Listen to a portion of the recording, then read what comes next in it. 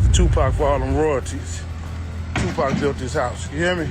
We in the house now. When police finally entered the mansion connected to Tupac's final days, what they discovered would unravel decades of secrets, expose million-dollar conspiracies, and reveal a truth so shocking it would change everything we thought we knew about the legendary rapper's death. The illusion of wealth and the swift disappearance. The world knew Tupac Shakur as a larger-than-life figure, a revolutionary poet, a platinum-selling artist, a cultural icon whose influence transcended music and touched the very soul of a generation struggling against systemic oppression and violence. When he was gunned down in a drive-by shooting on September 7, 1996, and subsequently died from his injuries 6 days later, the world mourned the loss of a brilliant mind taken far too soon. But what the public didn't know, what would only emerge through years of painstaking investigation, bitter legal battles, and stunning revelations, was that the mansion Tupac called home in his final months held secrets that would expose a truth far more complex, far more troubling, and far more heartbreaking than anyone could have imagined. The luxurious 5,895 square foot Mediterranean-style home at 4730 Azucena Road in Woodland Hills, California, seemed like the perfect embodiment of success for a young man who had risen from poverty and struggled to become one of the most influential voices in hip-hop history.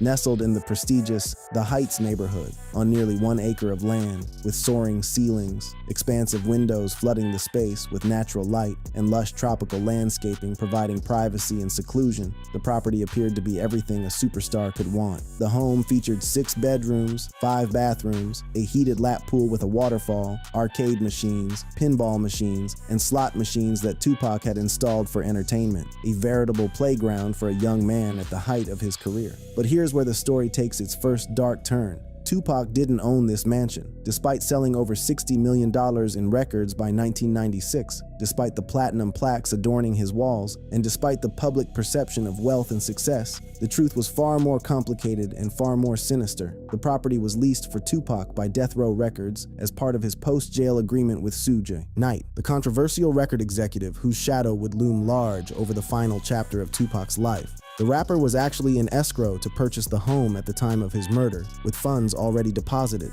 a detail that makes what happened next all the more tragic and suspicious. The home itself had become a vibrant, chaotic hub during Tupac's final months, a place that housed not just Tupac, but his fiancée, Kidada Jones, daughter of legendary producer Quincy Jones, his mother Afeni, his sister Sekiwa and her daughters, the Outlaws, his teenage cousins, and friends in need. Friends and visitors described it as a frat party house or dorm atmosphere, always crowded with people, music, laughter, and the electric energy that seemed to follow Tupac everywhere he went. But beneath this surface of celebration and community, a darker reality was brewing, one that would become shockingly apparent in the immediate aftermath of his death. Tupac took his final breath on September 13, 1996. The world stopped to mourn.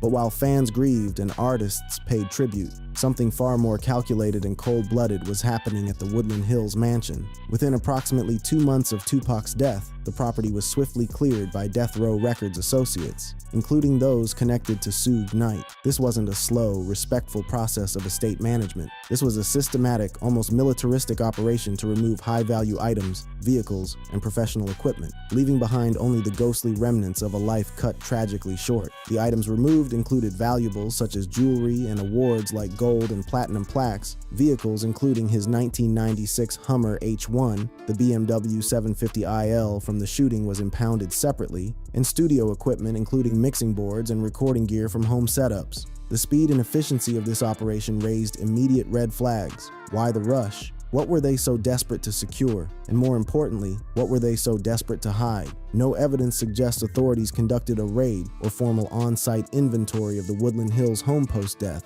While Tupac's broader estate was probated under California law, the rented property was handled privately, away from the scrutiny of law enforcement and public oversight. Death Row Records oversaw the clearance, with associates removing items within 2 months to secure label-owned or loaned assets amid fears of looting or legal claims. The official explanation was asset protection, but the reality suggested something far more nefarious. A cover-up designed to obscure the true nature of Tupac's relationship with Death Row and the financial arrangements that had essentially made him a prisoner of his own success. What remained after this systematic stripping of the property told its own haunting story. Wall indentations from removed artwork and sculptures, garage floor scratches from motorcycles, carpet imprints from stereo systems and furniture. These subtle traces were like crime scene evidence of a different kind of crime, one that had been committed not with guns, but with contracts, manipulation, and exploitation. But there was one remnant that couldn't be so easily erased, one piece of physical evidence that would stand as a testament to Tupac's final days. Hand-carved concrete near the pool reading "Outlaws let no man separate what we create" from his song Made Niggas, etched by Tupac himself during a backyard session.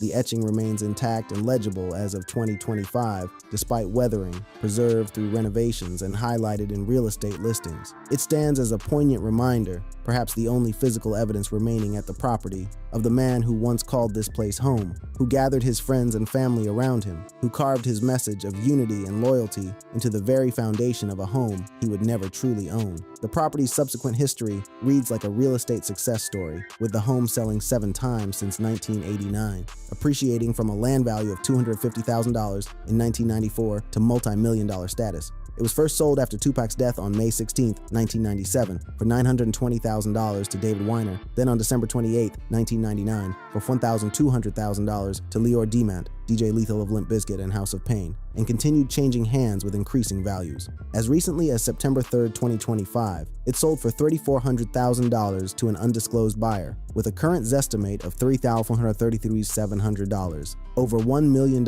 in renovations have been invested across owners to modernize while retaining Mediterranean charm, transforming it into what real estate agents now market as an entertainer's paradise. But while the physical property flourished and changed hands, appreciating in value with each transaction, the truth about what really happened to Tupac's assets, his music, his wealth, his legacy, was being buried under layers of legal, maneuvering, corporate greed, and systematic exploitation that would take decades to fully unravel. The mansion may have been stripped of Tupac's physical possessions within weeks of his death, but the real treasures, the unreleased music, the unpublished writings, the intellectual property worth millions, were scattered across Los Angeles in storage units, studios, and the private collections of producers and collaborators. These discoveries, when they finally came to light, would reveal a pattern of manipulation and theft that began long before Tupac's death and continued long after, turning his posthumous legacy into a battleground where money, art, and justice collided in ways that would shock even his most devoted fans. The stage was now set for a series of revelations that would expose not just what was taken from the mansion, but what was taken from Tupac himself, his financial freedom, his artistic control, and ultimately, the true value of everything he had created.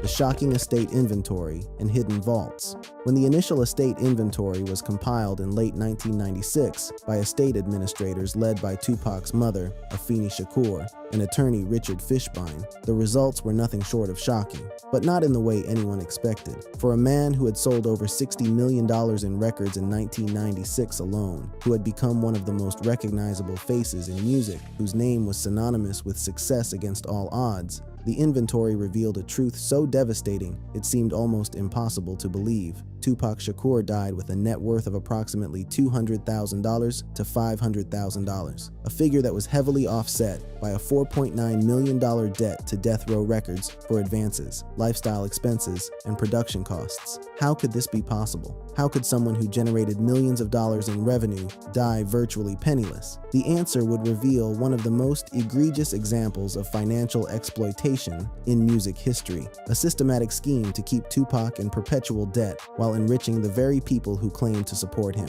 Tupac died intestate, without a will, and his estate was primarily probated in Los Angeles County Superior Court under California law. The inventory focused on tangible personal property and financial holdings, cataloging what little Tupac actually owned outright. The list was heartbreakingly sparse for someone of his stature. A 1996 BMW 750iL, the black vehicle in which he was shot, VIN WBAGK 2324TDH67073, a 1996 Hummer H1 valued at approximately $50,000 to $100,000, and a Jaguar XJS from a commercial appearance valued at $61,000. But even these vehicles came with complications. Many were advanced by death row and deducted as expenses from Tupac's earnings. The financial accounts were even more dismal. A single checking account held less than $105,000. Reports vary from $15,000 to $105,000,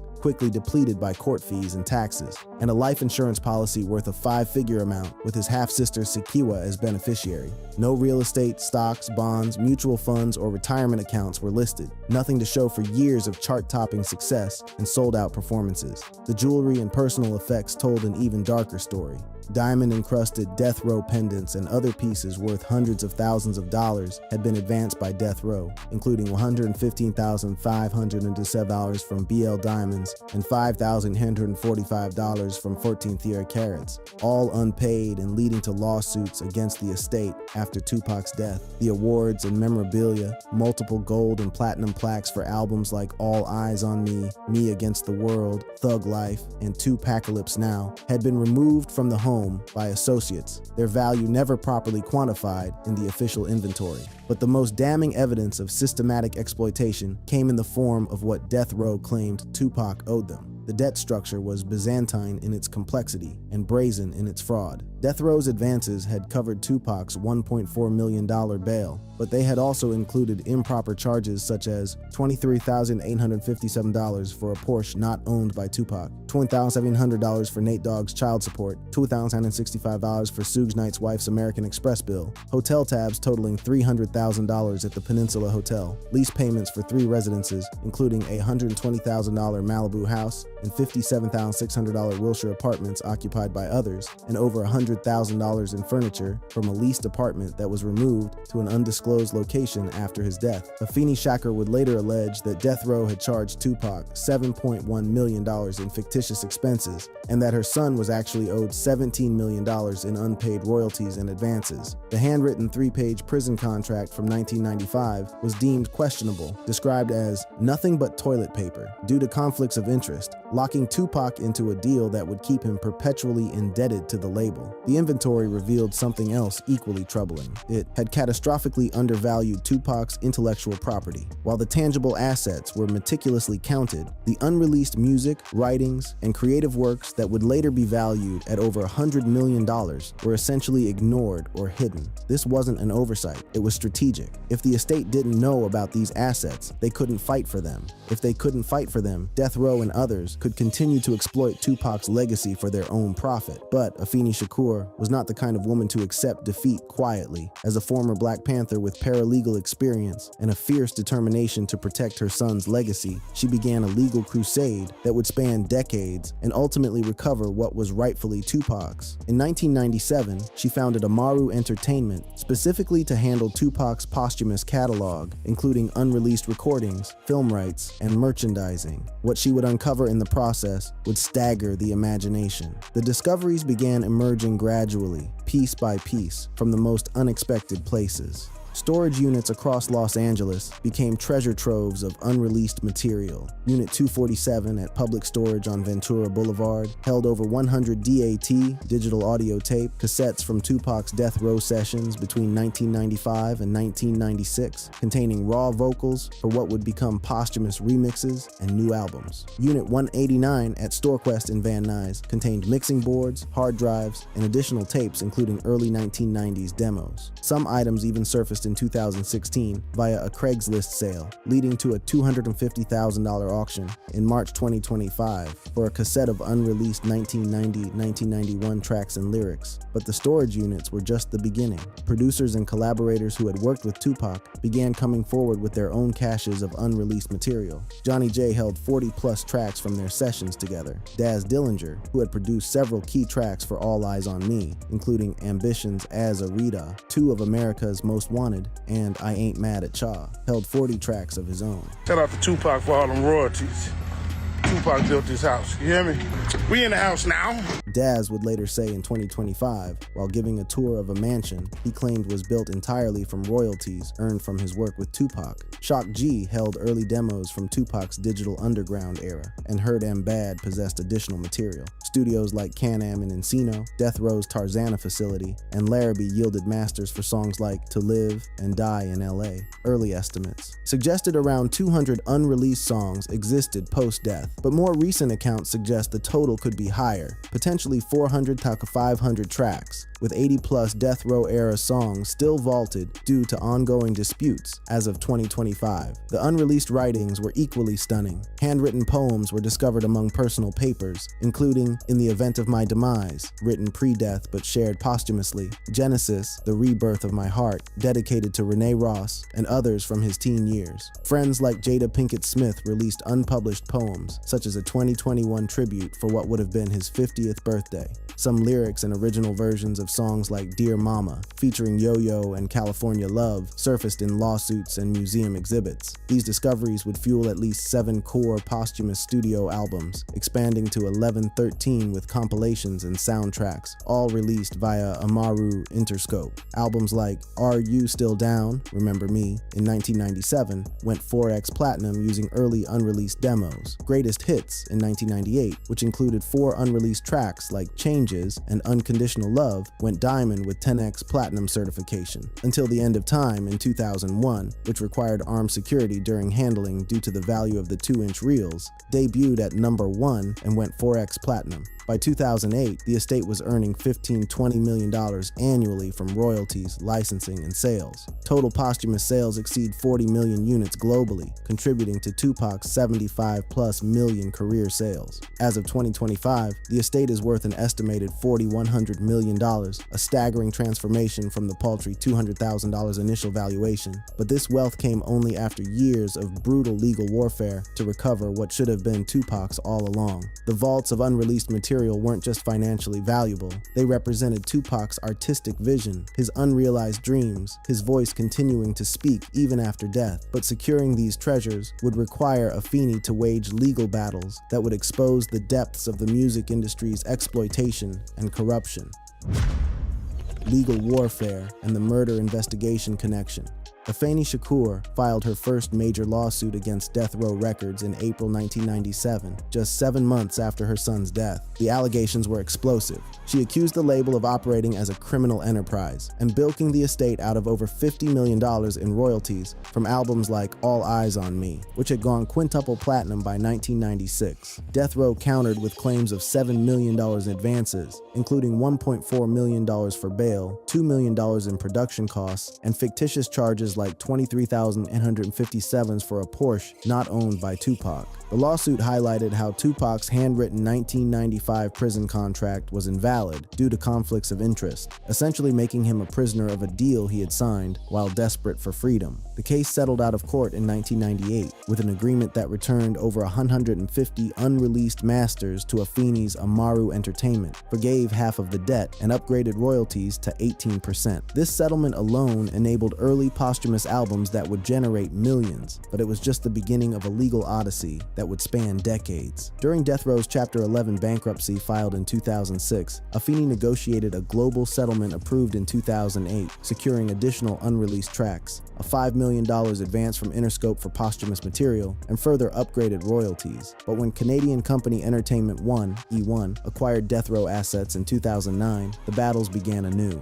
In September 2013, Afeni sued E1 for breaching a 2007 contract tied to Beginnings: The Lost Tapes, demanding $1.1 million in unpaid royalties and return of unreleased masters. After 5 years of litigation, the case settled in October 2018, with the estate receiving a 6-figure payout estimated between $1–2 million and a number of unreleased tracks potentially worth millions. This victory was hailed as reclaiming Tupac's legacy from corporate holdouts, but it also revealed just how many entities had been profiting from his work without proper compensation relation to his estate. When Afeni died on May 2, 2016 from a heart attack, she named Tom Whalley, former Interscope Records head who had originally signed Tupac in 1991, as successor executor of the estate and Amaru Entertainment. While Whalley managed posthumous projects and oversaw the estate's continued growth, tensions began brewing within the family over transparency and asset distribution. In January 2022, Sakiwa Shakur, Tupac's half-sister and co-beneficiary, filed a lawsuit against Whalley in Los Angeles Superior Court, alleging embezzlement of over $5.5 million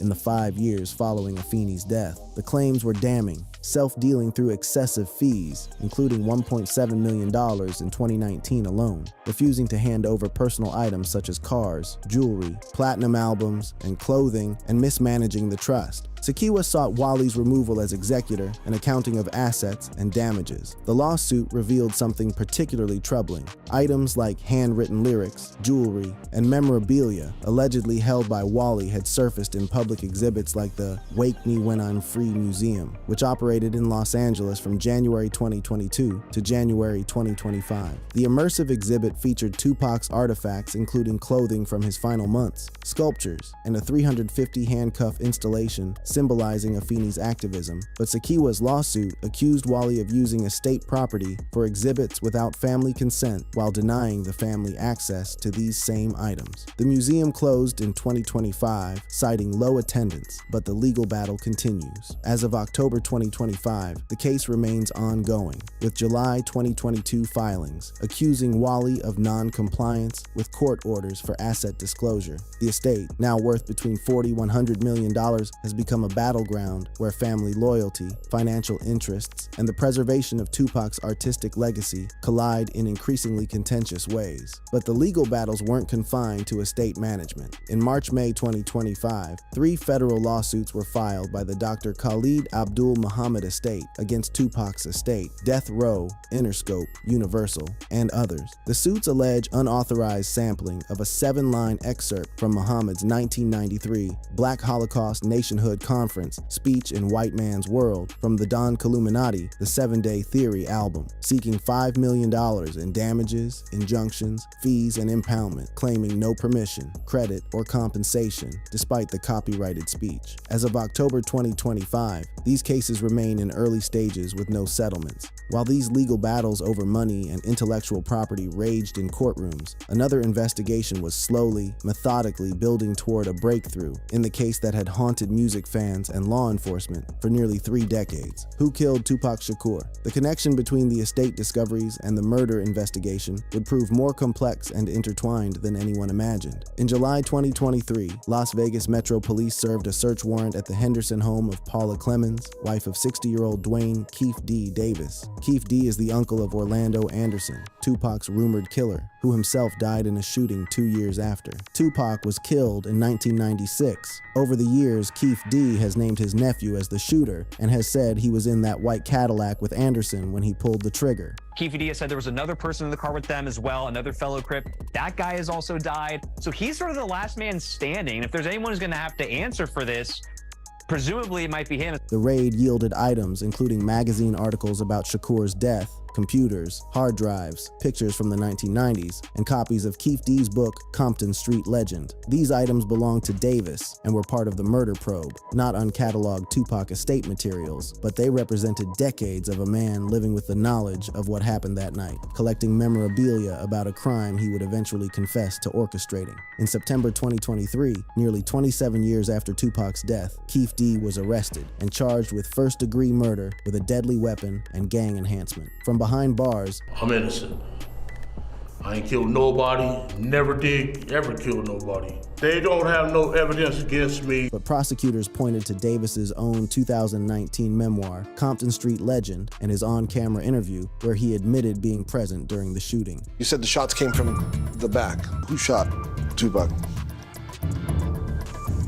to keep it for the code of the streets. It just came from the backseat, bro. In September 2025, over 500 pages of grand jury transcripts were publicly filed, revealing extensive details about the case. The transcripts confirmed gang rivalries between Death Row Records, Mob Piru Bloods, and Bad Boy Records, Southside Crips, with a stolen diamond-encrusted Death Row medallion gifted by Suge Knight in 1995, escalating tensions days before the murder. Davis described Shakur leaning out of his black BMW to greet fans outside Club 662 when shots were fired, while Davis implicated Orlando Baby Lane Anderson, deceased. Witness Denvonta Lee testified that DeAndre Big Dre Smith, also deceased, confessed to being the shooter. Perhaps most explosive were allegations that Sean Diddy Combs offered a $1 million bounty on Shakur and Knight after a 1995 Source Awards insult. Combs has denied this and is not a suspect, but the allegation highlights the deadly intersection of artistic rivalry, gang culture, and music industry machinations that define that era.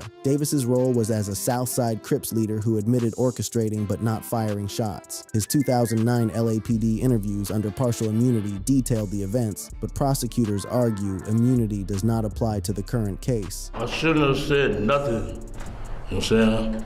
I shouldn't have said nothing.